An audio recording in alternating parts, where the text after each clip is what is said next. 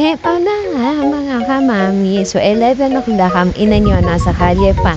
Nag-stop over kami sa isang gasoline station para sa pagpapalit ng driver. So nandito na po kami sa Baguio noong 5 o'clock. Yung mga kasama po namin, nagsakay sila ng bus ng Bicol Liner kasi hindi po kami kasya sa isang sasakyan. Papunta na kami sa hotel kung saan kami mag-stay ng 1 day and 1 night. Eto na nga yung lugar, napakaganda, diba? So hindi ko na binidyohan yung loob. Dito lang tayo sa labas. So yan, may mga tropa tayo nagpupwentuhan sa baba pero dinig hanggang 6th floor. Paalis na po kami ng hotel, papunta na kami ng bundok. So ito, hindi pa kami nag-start pero parang amaze na ako sa nakikita ko.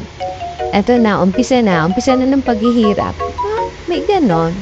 So, umpisa pa lang yan pero yung mga mukha namin dyan mukhang pahulas na. Pati yung mga amoy namin. Charot. Ito na po. Ito yung first station na pinuntahan namin. Ito po yung view. So, pahinga lang kami ng konti and then lakad na naman po. Ayan, sobrang nakakapagod kasi pataas siya. Buti na lang may mga kasama kami dyan magagaling mag-motivate at mambudol, lalo na yung dumaan na yon. Oh. So, ito na yung gate para sa susunod na bundok na akyatin namin. May mga obstacle kaming dinaanan dyan gaya neto, oh, diba? Pahinga ng konti, kawawa naman yung mga nasa dulo. Tapos picture sana yan, kaya lang kinakabahan ako kasi bangil na yung kasunod. Tapos ayan po yung view namin, ang ganda, nakaka-relax po siya. Para ka nasa ibang lugar, nasa ibang bansa, parang New Zealand ang dating namin dyan.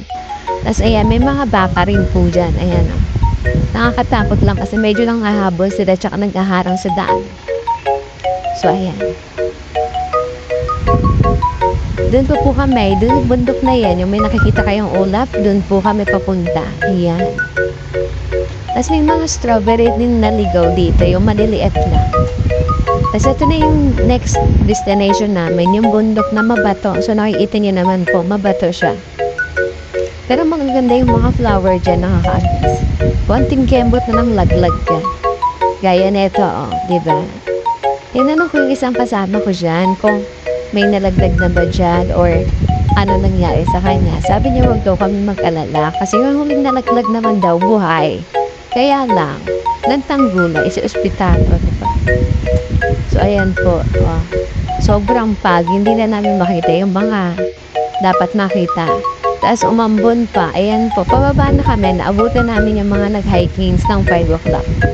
So, ayan. Wala na kami makita guys, diba? Nakakamiss. Nang pagbaba namin, lumakas yung ulan. Ayan. Pagtapos magsikain, gutom na uli kami. Ito na yung pababa. Nag-stop over kami kasi masyado nung matirik yung dadaanan namin. At ngiting tagumpay, wakas. Natapos namin ng Mount Ulap. Ang saya namin. Maraming salamat po.